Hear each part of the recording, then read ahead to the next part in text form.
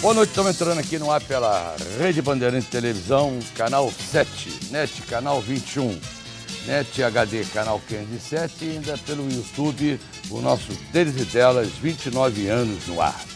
E hoje nós vamos conversar aqui realmente com uma das maiores autoridades de educação do nosso país. 50% dos concursos realizados no nosso país tem que passar pela sua fundação. E, além disso, agora ele entrou no ramo de entretenimentos musicais, shows, teatro, cinema.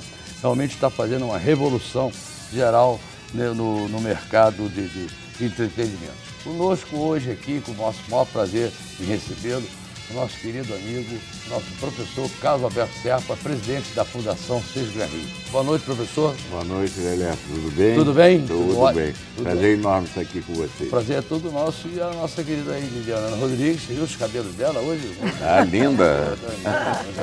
Em homenagem ao nosso convidado aqui, né? Vai apresentar os seus convidados. Okay? Tudo bem, professor? Tudo bem. Obrigada por estar aqui mais uma vez. Carol Murta Ribeiro, dispensa apresentações, a nossa presidente da Academia Nacional de Música, sempre muito elegante, né? Muito bonita. Obrigada. Professor Arnaldo Mesquita, também nosso acadêmico da Academia Brasileira de Letras. Muito obrigada. Amigo. Meu amigo, graças a Deus, só muito amigo, né? Enfim, muito obrigada por estar aqui. Prazer. Né? E Leleco? E é isso aí, ó. Eu vou começar aqui falando aqui. Não existe educação realmente sem cultura. Com esta convicção, a Fundação Seixas Gran Rio, através do seu centro cultural na área de teatro, literatura, poesia, dança e música, nessa linha, a Faculdade Seixas Gran Rio inicia novos cursos de teatro e pedagogia. Saiba muito mais, é só acessar, está aí na telinha, cultural.seixasgranrio.org.br. E ele agora vai estrear a partir do dia 11, lá no Julieta de Serpa, no Centro Cultural Julieta de Serpa, ali na Praça do Flamengo, um grande musical, Os Meninos de Ouro, relembrando os grandes sucessos do ano 60, dos anos 70 e dos anos 80. Tem o chazinho das 5 lá, vocês podem curtir, que é de quarta a domingo lá, Os Meninos de Ouro, uma coisa espetacular, relembrando, você que quer relembrar os sucessos 60, 70 e 80, vai lá no Julieta, do Centro Cultural Julieta de Serpa, que estive aqui na Praia do Flamengo. Bom, e hoje no final do programa vamos relembrar esse portuguesinho fantástico que continua fazendo grande sucesso ainda pelo Brasil afora, o nosso querido Roberto Leal. Roda aí. Deixa o mundo em seu olhar e ele leva a terminar. Sinto seu corpo a dançar, ninguém fez. Então no final do programa, no Baú do Chacrinha, nós vamos recordar o grande Roberto Leal, ele que continua fazendo grande sucesso aí pelo Brasil afora, ok? Bom, vamos a um breve intervalo e voltamos já já com o presidente da Seixas Gran Rio, hoje aqui no Deles e Delas, o professor Carlos Alberto Serpa, conversando com vocês, contando tudo de bom, principalmente em termos de educação e entretenimentos musicais, ok? Até já.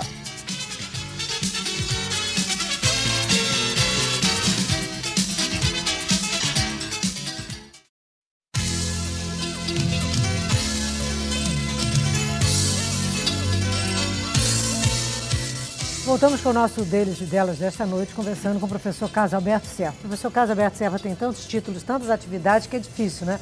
Ele é graduado em Engenharia Industrial e Metalúrgica, é presidente da Fundação Seixas Gran Rio, diretor da Casa Julieta de Serpa, presidente da Associação Cultural da Arquidiocese, dos alunos da PUC, né?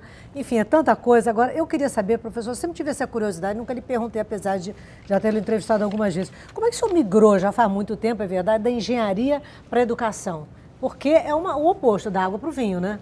É mais ou menos, né? Porque eu, quando era aluno ainda, eu fui, antigamente se chamava assim, né? Eu era auxiliar do professor titular da matéria de engenharia, chamada transmissão de calor, né? E quando o professor se ausentou, eu já estava me formando. E aí havia um concurso para você fazer um concurso para ser professor da PUC, né? E eu comecei nessa época. E aí, o contato com os alunos, a vivência dentro da universidade, embora eu trabalhasse, era professor, trabalhava, né, nas empresas lá fora, né? Aquilo foi me apaixonando de certa maneira, até que um dia resolveu-se fazer no Brasil uma reforma universitária. E o vice-reitor acadêmico da PUC chega para mim e diz assim, olha, você teve agora recente nos Estados Unidos fazendo os cursos, você é o mais indicado para fazer essa reforma. Mas não entendo nada disso. Não, Foi mas olha, em tem um livrinho 68, aqui. não é? Hein? Não foi em 68? Foi em 68, exatamente. Aí está aqui um livrinho para você aprender da Universidade de Stanford. Aí eu peguei aquilo, me entusiasmei, e há pouco foi a primeira universidade no Brasil a fazer reforma universitária. Aí me apaixonei e fui ganhar menos da metade do que eu ganhava como engenheiro lá fora, para ser o implantador Lá dessa fora reforma. onde? Hein? Lá fora onde? Trabalhava na Montreal Engenharia, Entendi. na Marvin, que era uma indústria de metais não ferrosos, etc. Fazia os 2 expedientes, eu gostava de trabalhar. Né? E aí fui para a PUC e me apaixonei e fui de aluno a reitor da PUC interino, porque eu não sou padre, mas tive uma grande escola dentro daquela universidade. É uma universidade que eu amo até hoje, sou até o representante da diocese na mantenedora da PUC. Né? É verdade. Que bom, eu sou ex-aluna da Professor, PUC. me diga Fico uma muito coisa, feliz. quantos anos existe a Fundação Sesc Gran Rio? Vai fazer esse ano 48 anos de vida. 48 anos. De vida, exato. Ela nasceu no dia de Nossa Senhora Aparecida, 12 de outubro de 1971. Agora, professor, deixa eu lhe perguntar uma coisa.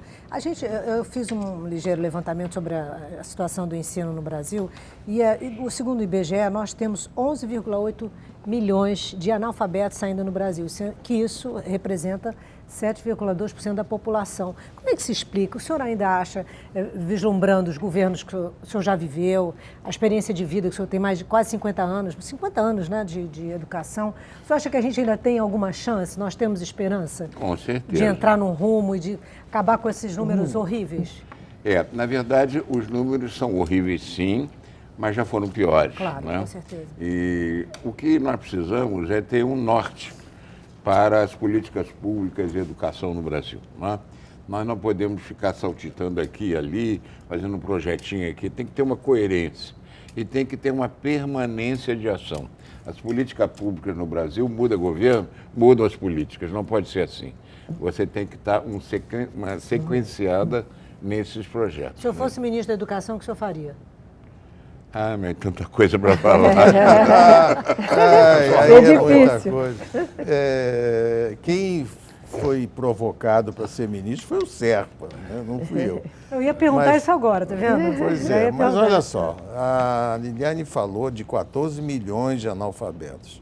É uma população, né? E o Brasil não demonstra, na prática, nada de concreto para acabar com isso, que é uma vergonha. Então, eu diria, o Serpa tem muitas ideias, todos nós temos muitas ideias, mas como transformá-las em questões práticas sem ter os recursos financeiros para isso? O MEC está contingenciando verbas da educação. Isso é uma boa ideia, Serpa? Não, contingenciar verba para a educação nunca pode ser uma boa ideia. Eu vou lhe dizer, nós temos que atacar ao mesmo tempo vários flancos. Por exemplo, um Brasil que tem esse número de analfabetos, né? É um Brasil ainda que não conseguiu implantar em todos os municípios brasileiros a escola que seja necessária e pelo menos também um aceno à escola de tempo integral, que é uma necessidade para o Brasil, né? Se você pega, por exemplo, o INSEJA é o antigo exame supletivo. São pessoas que não conseguiram concluir na escola regular os seus estudos. Esse ano, 3 milhões de pessoas se matricularam. Isso é uma coisa horrível, quer dizer, pessoas que evadiram da escola, não conseguiram prosseguir seus estudos. Né? Você vem no ensino superior, uma qualidade média razoável, mas o Brasil tem um número enorme de municípios, né? Mais da metade deles não tem ensino superior. Por que eu falo isso? Porque o ensino superior é que forma os professores. Mas por que não tem, professor? Porque não foi implantado até hoje. Você veja o seguinte, quem é que forma os professores? É o ensino superior. Então, como é que eles vão atuar nos municípios do interior, etc.? Então, é preciso uma política radical de transformação. O ensino superior hoje também pode ser feito, no caso dos professores com muita propriedade, também à distância, mas é preciso botar a internet no Brasil, é preciso haver uma certificação. Esses cursos são bons? Esses cursos de preparação à distância? Não. Como Se você me permitir dizer, está tudo errado. tá? O ensino brasileiro tem que mudar. Hoje, no mundo inteiro, Arnaldo é uma das pessoas que já visitou em loco a Finlândia, que é hoje o país de maior desenvolvimento educacional. Abarrou a Europa, os Estados Unidos, etc. O que é? O ensino tem que ser modificado. Não tem mais aquela relação professor-aluno, dono da verdade, passando a verdade para o aluno. Isso não existe. É trabalho em grupo, é se dar as mãos, é não examinar, não dar mais as matérias estanques. As matérias têm que ter transversalidade, tem que se conversar entre elas. Esse é o ensino moderno. Isso levou você a criar um curso de magistério na Sesgran Rio? Certamente. Foi? É um laboratório à disposição de todo o ensino superior para ver como é que se tem que formar.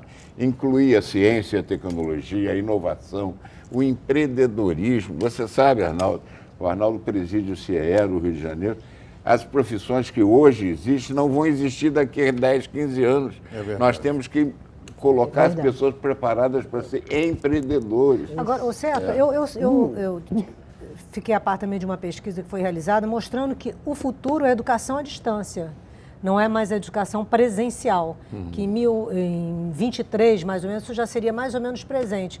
Isso corresponde à realidade? Não, eu acho que há alguns cursos que jamais, na minha fraca opinião, podem ser feitos à distância. Medicina. Por exemplo, medicina, engenharia, isso não é possível ser feito à distância. É. Agora, o que pode é complementar, nas matérias que sejam viáveis, esse tipo de ensino com a educação à distância. Mas já há 2 milhões de estudantes à distância no Brasil. Eu aplaudo isso. Agora, só que está faltando uma coisa, que é aquilo que eu chamo de certificação. Quer dizer, é preciso que o ensino à distância seja acompanhado de um processo que garanta a qualidade de ensino que está sendo E ministrado. da própria universidade que está passando, né? E também essa universidade tem que ser objeto também de uma avaliação. Agora, falando...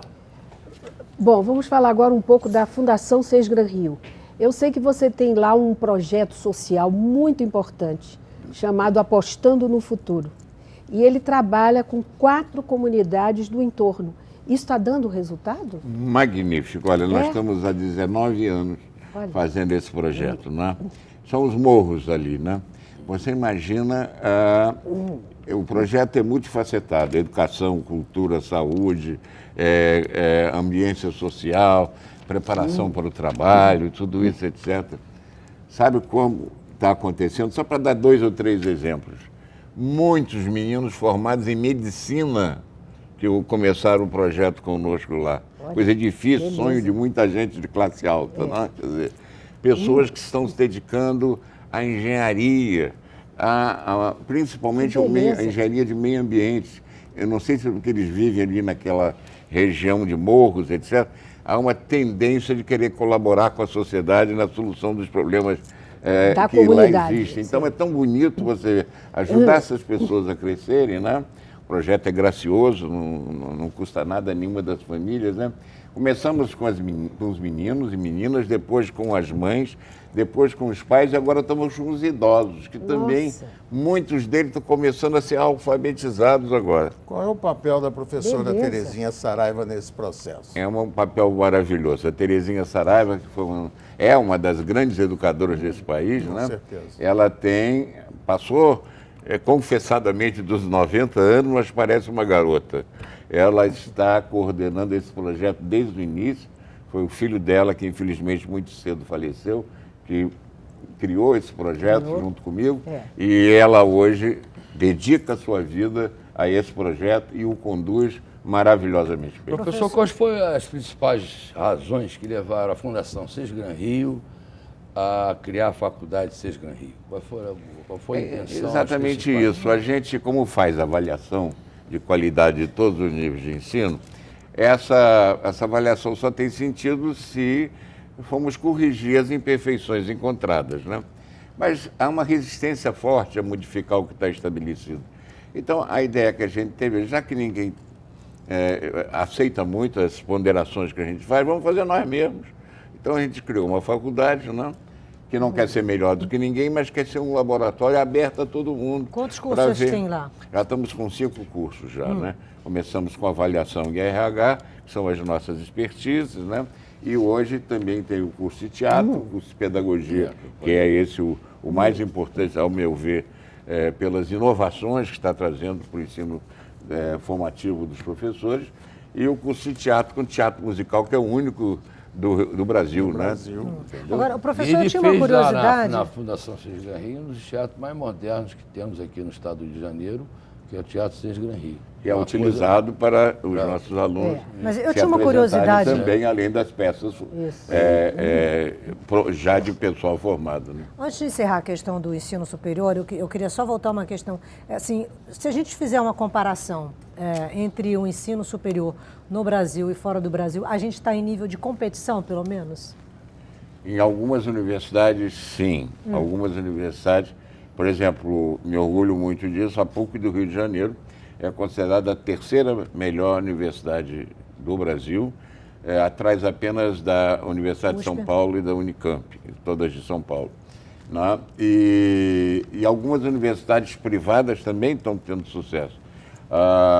O filho do Arnaldo Esquer tem uma faculdade, um centro universitário, que também está sendo muito bem sucedido nas suas inovações, né? Aqui no Rio Comprido, né? A Unicarioca. E assim você vai encontrando assim, pontos de excelência variados aqui, muito no Rio de Janeiro e em São Paulo. Né? Ô Serpa, uma pergunta interessantíssima. Por que o Brasil não teve até hoje um prêmio Nobel? Por quê? Na verdade, a gente tem um sistema de pesquisa bastante interessante, mas infelizmente, por falta parece que o governo vai tentar mudar isso agora, por falta de possibilidade das empresas que têm interesse no desenvolvimento de projetos na ciência e na tecnologia aplicadas, né, possam usar dos seus recursos para financiar pesquisas nas universidades, principalmente públicas, que são as melhor aparelhadas no Brasil. No exterior, ao contrário, há uma simbiose grande entre as empresas que precisam de pesquisa aplicada e o processo científico criativo das universidades. Né? É por isso que isso vai trazendo inovações. Até a Argentina já teve um já prêmio teve. Nobel. Agora, eu acho que nós vamos começar a ter essa aproximação entre as empresas privadas e o sistema de ensino Mas superior. Mas por quê? a Fundação Sesc Gran Rio criou o grande prêmio Sesc Gran Rio todo final do ano, que premia vários setores, vários artistas, Mas vários... aí, Prêmio uma Sesc Gran outra Rio de coisa. Teatro. Isso na área de Rio, teatro, de né? teatro, de Teatro. tudo, que é uma coisa No maravilhosa. teatro, que literatura. você criou, a fundação criou, não é isso? Isso sim, mas isso na área da cultura, né? Isso. Nós estamos falando aqui, É da para ela, na área da pesquisa aplicada e na Não, mas o que pesquisa dá pura. essa certeza ao senhor de que essa parceria com a iniciativa privada vai ser agregada? O projeto está para ser examinado pelo Congresso Nacional, ele ganhou o nome de Futurice, está sendo examinado, precisa de alguns aperfeiçoamentos, a meu ver. A Academia Brasileira de Educação, a que Arnaldo e eu pertencemos, eu tenho a honra de presidir, acabamos de preparar um estudo para ser enviado ao senhor ministro de Estado da Educação, mostrando aquilo que a gente acha no momento é o indicado para sanar essas deficiências da educação brasileira e, inclusive, em relação a pequenas modificações que se fazem necessárias para o sucesso do Futuris, que eu acho que é um passo importante para essa fusão de esforços entre a iniciativa privada e as instituições públicas de ensino superior. Você acha que as coisas vão melhorar cortando as verbas da iniciação científica? Corte de verbas em educação nunca deveria existir. Educação e saúde não são áreas em que isso possa existir. Né? Há outras coisas para serem cortadas. Né? Agora, o que é preciso também é a gente ter um processo de gestão mais facilitado. Hoje, o reitor de uma universidade, ele não tem mecanismos, né? Ele, de fato, não consegue administrar, porque vem tudo carimbado de Brasília. Tá certo?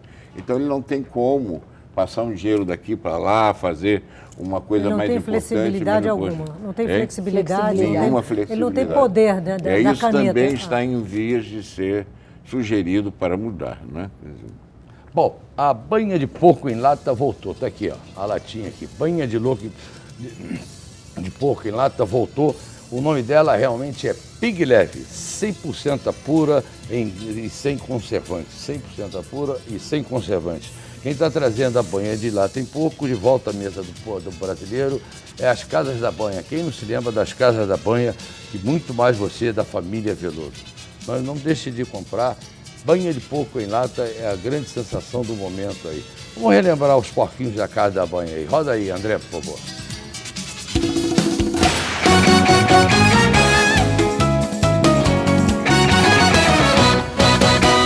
É isso aí. Professor, aqui tem uma latinha aqui da Banha Porco Show, para o professor Arnaldo Esquer, para a dona Carol e para a nossa Liliana Rodrigues, ok? Vamos no rápido intervalo e voltamos já já com o presidente da Fundação Sesgar Rio, hoje aqui no Deles de Belo, o professor Carlos Alberto Serra. Até já.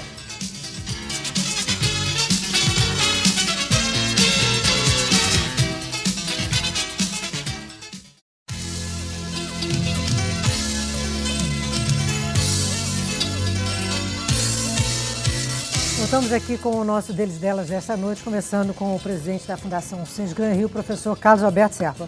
Professor Serpa, o senhor já está à frente da Fundação Sesgar Rio? Quer dizer, a Sesgar Rio tem, a gente vem falando de educação de várias formas aqui, a Fundação Sesgar Rio tem 50 anos. 50 anos de avaliação, né? O senhor já apontou vários caminhos que devem ser tomados. Agora, e eu sei também que o senhor é um homem inquieto, né?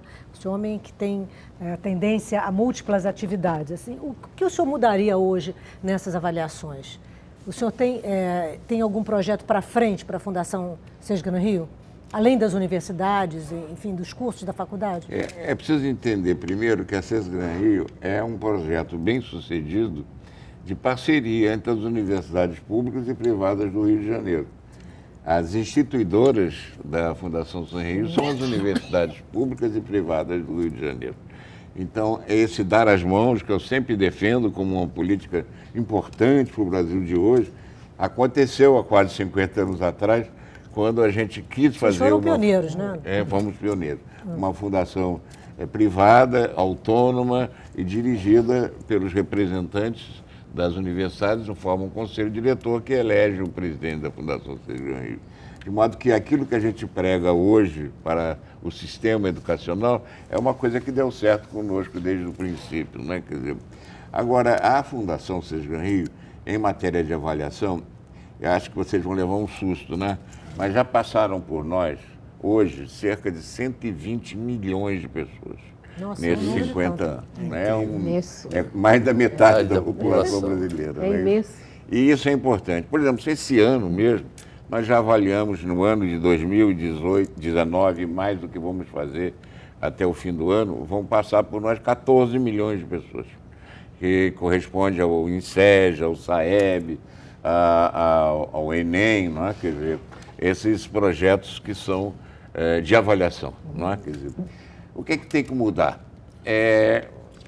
O Ministério está apontando, e nós estamos apoiando, tivemos uma reunião há quase 15 dias atrás, no Enem Digital. Você deve ter visto isso no meu jornal. Que é uma prova que vai ser feita online, em vez de ser impressa. Isso vai dar não só uma grande economia de dinheiro, de impressão, mas também para o meio ambiente, né? Temos que pensar, estamos vivendo agora esse problema da queimada da Amazônia, não é isso? Quer dizer, mas também vai facilitar vamos dizer, a distribuição das provas com mais segurança em todo o território nacional. Havia uma certa apreensão que se havia internet no Brasil inteiro para isso. Haverá, porque há duas maneiras de você usar a internet, online ou offline, não é isso? E, além disso, a gente está se preparando para isso. Nesse ponto, o MEC está sendo prudente, vai fazer, o ano que vem começa metade, menos da metade, cerca de 20% da amostra de alunos do Enem, né, online, e o resto tradicional vai aumentando progressivamente até... Mas como é que vai ser? O aluno vai a um centro ou ele faz da própria casa? Não, ele vai como ia até hoje, ou vai até hoje no seu local de prova. Lá ele vai encontrar o equipamento necessário. Para isso. Vai e ainda assim é mais no próprio local ele faz a prova. Esse aparelhamento todo ainda permite que seja mais barato? Econômico do que a E impressão. nessas regiões muito distantes que não têm internet? pessoas hoje se deslocam 2 dias para poder Pois é. fazer o Enem. E aí? Para poder ir de ônibus ou de carona, Fora o gasto, né? de barco, etc. Então vai ser um facilitador, mas vai também trazer uma economia, embora haja gastos adicionais, mas vão ser menores do que os gastos que hoje Mas se isso é para produzem. quando? Em 2026 se espera, o Ministério espera que esteja implantado totalmente online o Enem. Né? Esse ano já teve quantas inscrições já do pessoal já está inscrito para o Enem desse ano? 6 milhões, mais ou menos. 6 milhões de pessoas. Mas é menos do que no ano passado. Na verdade, depende muito, está havendo muita evasão no ensino superior, no ensino médio, que são as pessoas que vão fazer o Enem, não é? Quer A dizer, geração nem. É, o nem nem-nem. estudam, nem trabalham. nem estuda, nem Não, eu não trabalha. entendi. Essa evasão, o que acontece com... Não, as pessoas saem do ensino médio Ah. e, em vez de fazer o Enem, como antigamente se fazia com mais ênfase, vão trabalhar até para depois entendi, ter, claro. para depois ter, digamos, fôlego para continuar seus estudos. Né? Por outro lado, existe Num Brasil em que o desemprego é muito alto. né? Por outro lado, existe aquele profissional que está entrando na... Eu vi recentemente uma matéria muito interessante mostrando o profissional que aos 30 anos ele está começando, ele está se formando depois dos 30, às vezes 35, ele está entrando no mercado de trabalho, às vezes ele é até estagiário nessa idade, né? Hoje você vê com muita alegria pessoas até que poderia ser chamado terceira idade na universidade. É verdade. Dona Carol, por favor. Muito bem. A Fundação Seis Gran Rio, além da avaliação e educação, nós temos os projetos culturais, né? Que são muitos e que eu queria que você falasse um pouco deles, porque você tem o prêmio da pintura, o prêmio do teatro, que está bombando, o prêmio do teatro, né? O prêmio de literatura e as artes plásticas, a nossa orquestra sinfônica, Seis Gran Rio, o projeto de teatro nas escolas e o projeto que eu fiz os livros sobre música clássica nas escolas. Que é um projeto lindo, né? Porque Carol é responsável por coordenar esse projeto. Ela fez a história de todos os grandes compositores do século XVIII até agora. E então tem a historinha, quer dizer, o currículo deles, a vida deles, as principais obras que eles compuseram. E mais ainda, no final do livrinho, vai gravado algumas das composições que ali são citadas. Isso vai ajudar muito aos professores nas escolas públicas. Está sendo doado às escolas públicas do nosso Rio de Janeiro, né, para que tenha material para poder... Por quê? Porque a cultura é o fermento da educação. Não é?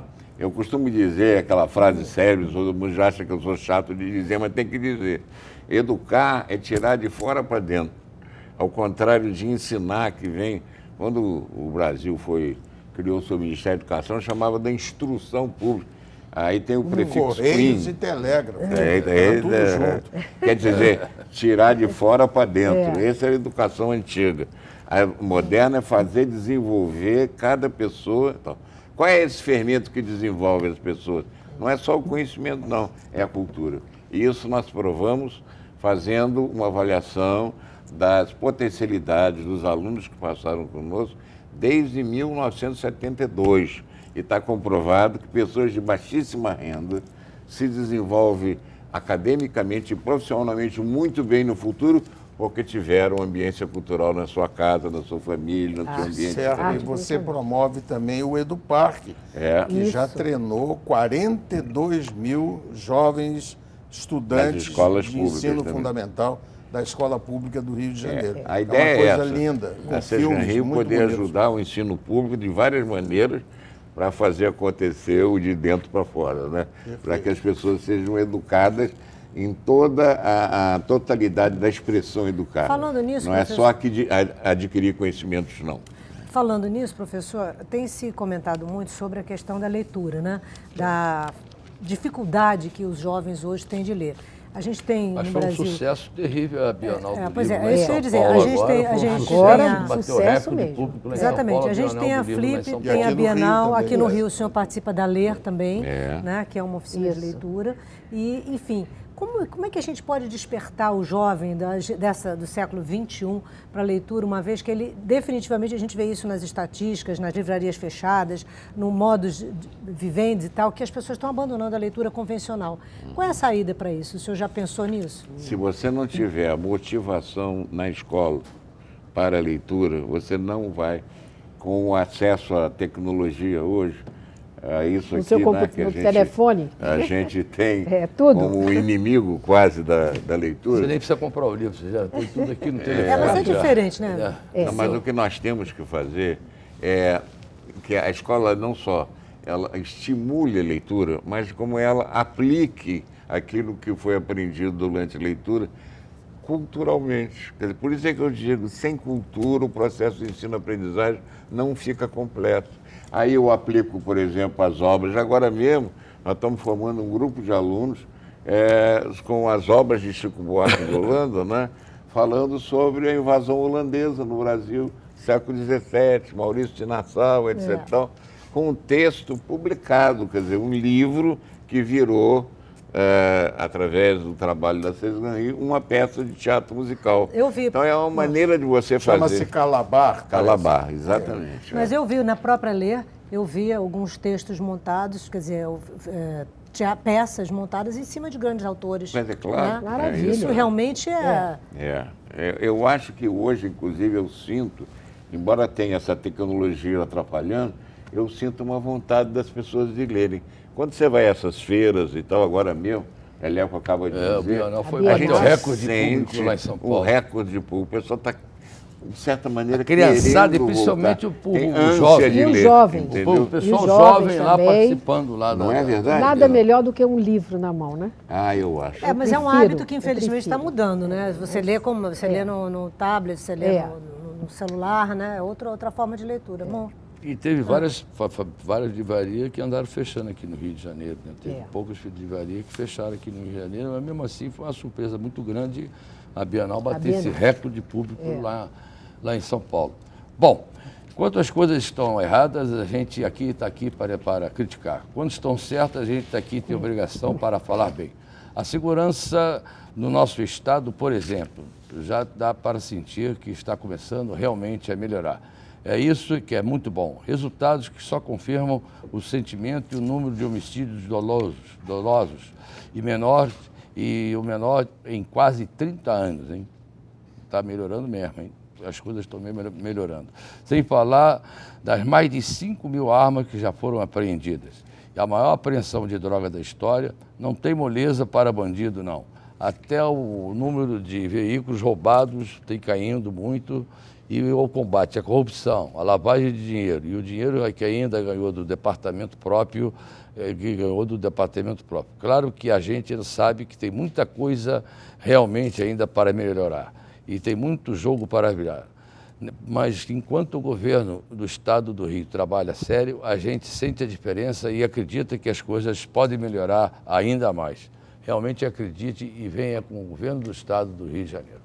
Vamos ao nosso break comercial, já voltamos, já com o professor Carlos Alberto Serpa, dando realmente uma aula para vocês aqui no Deles e Delas.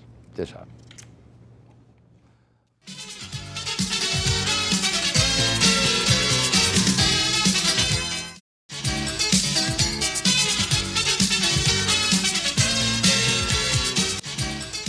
Voltamos agora com o nosso Deles e Delas desta noite, conversando com o professor Carlos Alberto Serpa, presidente da Fundação Sesc Gran Rio.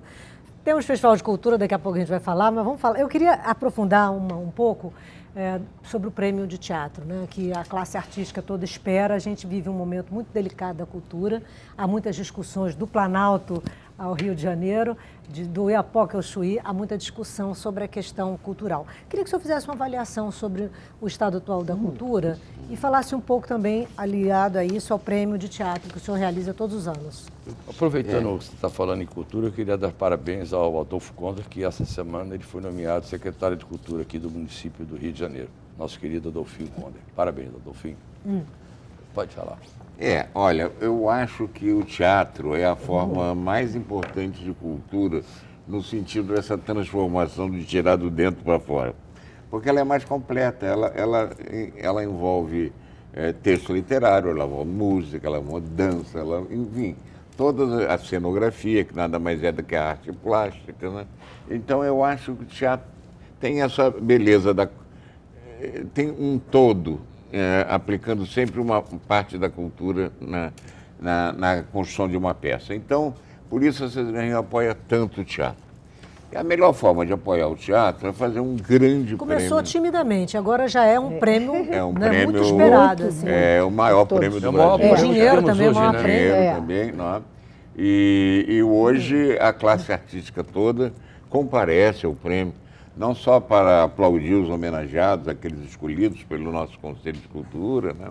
Mas também porque se sentem homenageados, que a César Garrinho presta uma reverência a esse trabalho fantástico dos nossos atores e atrizes, não é? Que fazem, apesar de tudo, acontecer a cultura através do teatro em nosso país. Né? Isso merece aplausos, merece a gente agradecer muito essa gente. É difícil ser ator no nosso Brasil e eles insistem, e eles fazem coisas grandiosas, maravilhosas, e a gente tem que ter prazer em apoiá-los. Né?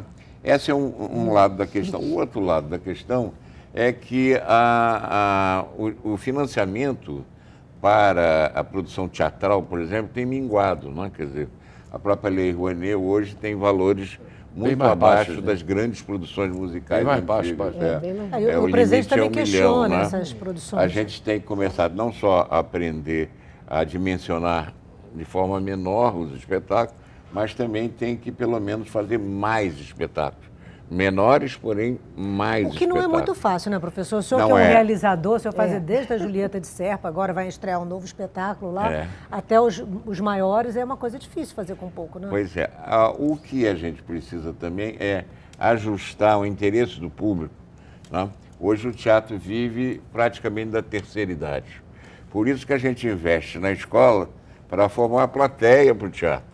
Porque se o teatro, no passado, quando eu era menino, era estudante, era jovem, o teatro se bancava com a bilheteria. Era de terça a domingo, né? Não é? Agora não, é impossível. Então, por isso a gente tem que formar plateia também nas escolas. Por isso, o teatro nas escolas. Aí vai a peça de teatro, não são os meninos que vão ao teatro, nós vamos aos meninos em todas as escolas do Rio de Janeiro, para formar plateia, para fazer esse reequilíbrio, né, da função financeira da produção teatral. Que é né? muito importante. dona Carol. Você idealizou um projeto muito interessante, de grande impacto, que foi a Semana Cultural Seix Gran Rio. Como é que surgiu essa ideia? E esse ano ele vai se chamar Festival de Cultura do Seix Gran Rio. Por isso. Vai começar agora, né, Bruno? Vai começar agora. Agora, no final desse mês, no dia 12 Porque em diante, abrange tudo, né? E no dia 12 de setembro em diante, É. vai até o final do mês. São 4 dias, quinta, sexta, sábado, domingo, duas semanas Onde é que vai ser seguidas. realizado o festival? É Lá no no- nosso campus. no tá? campus, É gratuito, né? E tem todos os tipos Todos de os intervenção tipos. cultural. Tudo. Todos, sem exceção. Né? Trazendo grandes artistas como Fernanda Montenegro, até o Jô Soares vai ser homenageado lá na nossa semana. Tem debates com atores, com diretores, tem peças, tem Música, intervenções ao ar livre de música, inclusive de música sertaneja, de música do interior, enfim, música clássica, nossa orquestra, que é uma orquestra sinfônica de 70 músicos, né? Jovens. Tudo isso vai estar à disposição do público que nos honrar com a sua visita durante esses 8 dias. Vai 4 estar no dias em cada site, a semana. programação vai estar no site?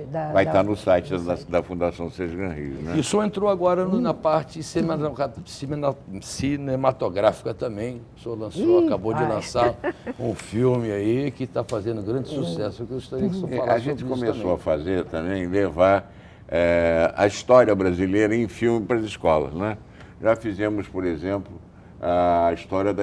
Nunca fizemos isso aqui no Brasil, a não ser na televisão, mas como uma série. Eu queria fazer como um filme também, né? A história da chegada de Dom João VI ao Brasil até o final da monarquia, né? Até a proclamação da República. E a Família Imperial Brasileira chama-se esse filme e essa série, né? Fizemos já A Vida de Cristo, Filho do Filho Homem. do Homem. Está agora em todos os cinemas de todo o Brasil, não é? e que foi, inclusive, motivo de prêmios, inclusive internacionais, né? Pela beleza estética do filme, né? E começamos com uma série chamada Anos Radicais, que era abordando tudo aquilo que um jovem de 16, 17 anos sente, vive, vivencia né, naquela idade, para ajudá-los a tomar decisões, a encontrar caminhos, né, a se apoiar nas pessoas certas, etc. e tal, que foi um sucesso. É uma série de televisão, né?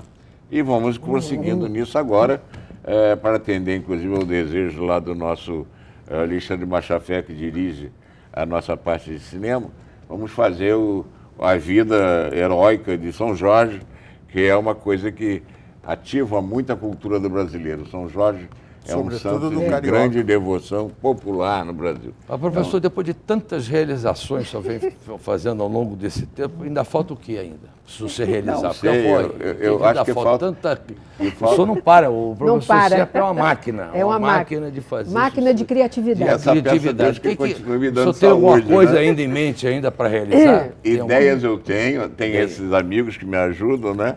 Mas eu só peço que permaneça a minha saúde. Quando eu tiver saúde, eu vou realizando as coisas.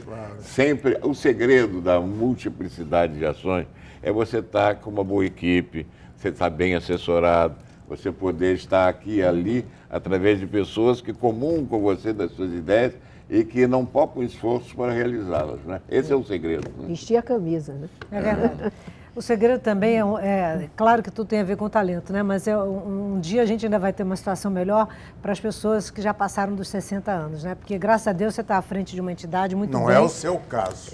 Não, mas eu me refiro ao brasileiro de uma forma geral, que ele perde muitas oportunidades a partir de uma certa idade, a não ser que ele tenha um poder de criatividade muito grande, né? Ele perde muitas oportunidades e o futuro não é tão brilhante, né? Quer dizer que ele não vai revelar o sonho. Tem alguma novidade? Não, mas eu vou te dizer uma coisa.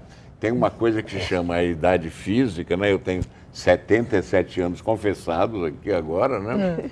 Mas eu tenho uns 20 e poucos aqui dentro.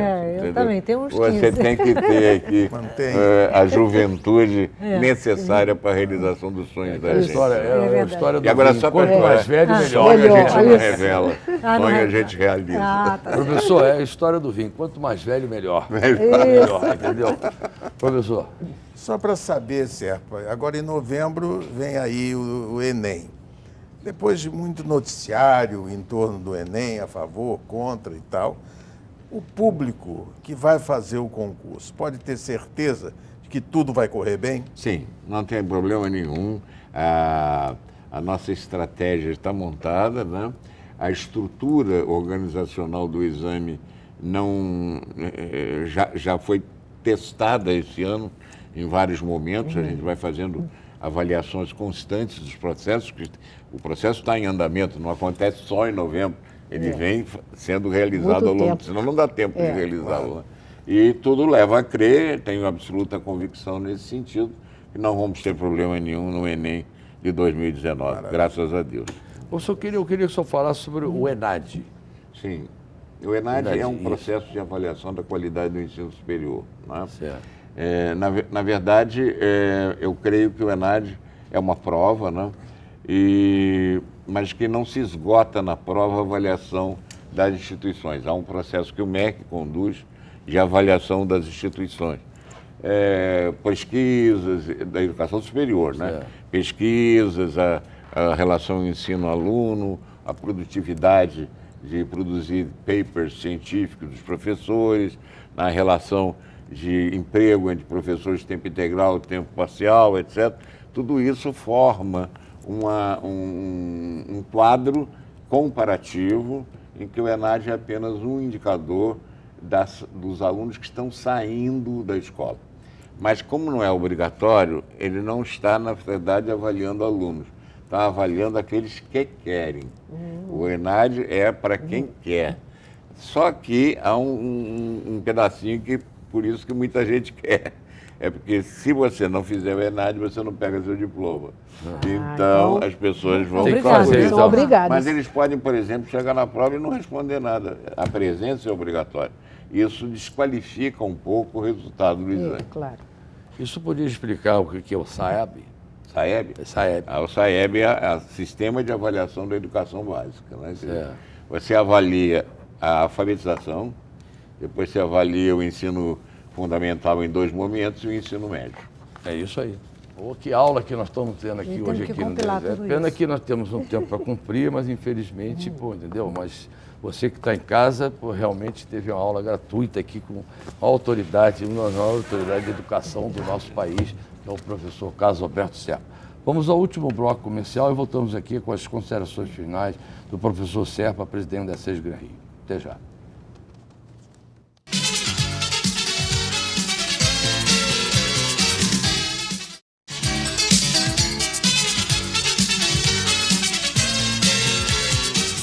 Bom, nós estamos chegando aqui ao nosso, infelizmente, esse aqui é o nosso último bloco aqui do nosso Deles e Delas. E eu acho que você que está em casa, que está assistindo aqui o nosso programa, realmente teve uma aula, esse mestre da educação, que é o nosso professor Carlos Alberto Serpa. Todos nós, como vocês aqui de casa, temos a ganhar muito com essa aula que realmente o professor deu aqui para nós hoje aqui no nosso programa.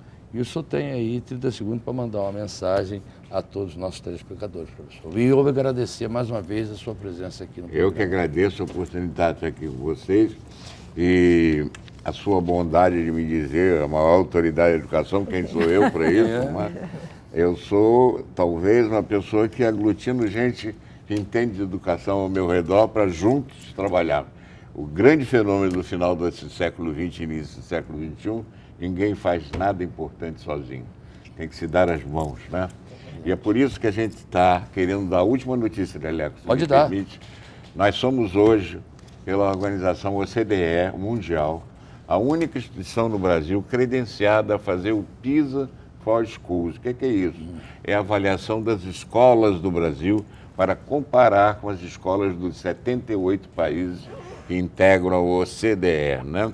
Eu quero só dizer uma coisinha que é importante dizer. Essas escolas, hoje, elas aderem, não é obrigatório. Já há hoje, 2 meses atrás, fomos credenciados 600 escolas interessadas em fazer o PISA for School no território nacional, não é? Inclusive as escolas bem-sucedidas de Sobral, né, de Pernambuco, que tiveram grande sucesso nas escolas públicas. Então a SES Gran Rio se compraz de ter reconhecido a sua expertise internacionalmente, sendo credenciada para fazer o PISA. A gente tem que agradecer muito a Deus ter nos dado caminhos seguros e exitosos para a missão que foi confiada à Fundação SES Gran Rio. E obrigado a vocês, meus queridos amigos, por terem vindo aqui. E a Leleco e a você, querida menina, linda. Menina, amei. Maravilhosa. Vamos mandar um beijo Boa à menina noite para Beth todos. também, a nossa menina A Beth. nossa menina Beth Nossa também. menina Beth. Professor, muito obrigada por ter estado aqui com a gente mais Obrigado. uma vez, né? Queria agradecer também a Carol Murta Ribeiro por estar aqui foi todo conosco, meu. presidente Dá da um Academia abração ao Nacional nosso mestre, nosso Murta Ribeiro, nosso lá. Murta, né? Também Darei, aqui, o nosso querido professor Arnaldo Nisquier, da Academia Brasileira de Letras, nossa Ruth também, um beijo para ela, carinhoso. Obrigado. Tá bom? E a você que ficou conosco até essa hora, uma boa noite, né, Leleco? Que Boa todos noite. durmam muito bem. Espero que vocês tenham gostado da aula aqui do nosso professor Carlos Alberto Serpa. Mais uma vez, muito obrigado pelo seu carinho, pela sua atenção, pelo ter aceitado o nosso convite, estar aqui presente. Um beijo. Bom, Obrigada, querido. uma boa semana para vocês. Até o próximo domingo aqui pelo Deles e Delas aqui pela Band. E fica agora no Baldo Chacrinha com o nosso portuguesinho Roberto Leal. Tchau.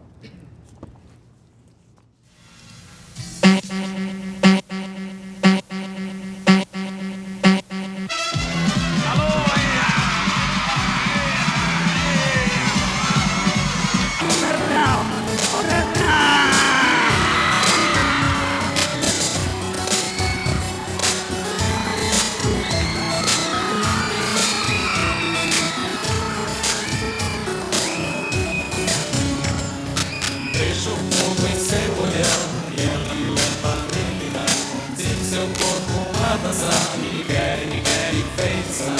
Mas acho que ela só quer bailar. Não acho que quer me amar. Dia a dia lá vou te buscar. Boa noite, dia ali, babá. Relaxante e faz sonhar. Papel só me deixa ver olhar. Ao redor do fogo todos a cantar. Mas é pra mim que ela quer dançar.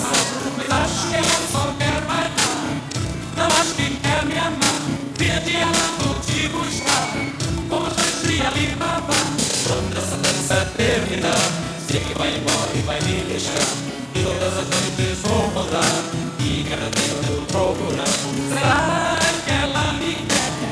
Divina ou é mulher? Será que ela me quer? Divina ou é mulher?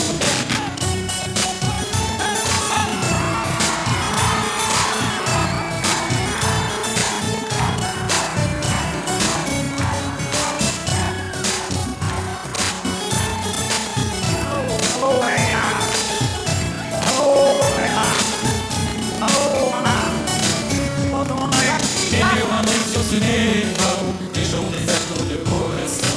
Quero te tocar e tirar o véu dos teus olhos, vi a luz do céu. Será que ela me quer? Divina ou é mulher? Será que ela me quer? Divina ou é mulher? Uma mulher vou te procurar e desejar por te encontrar. E cada vez eu vou te amar. Queria uma noite de Alibaba. Me acho que ela só quer bailar. Eu acho que quer me amar. E ela vou te buscar. Uma noite de Alibaba.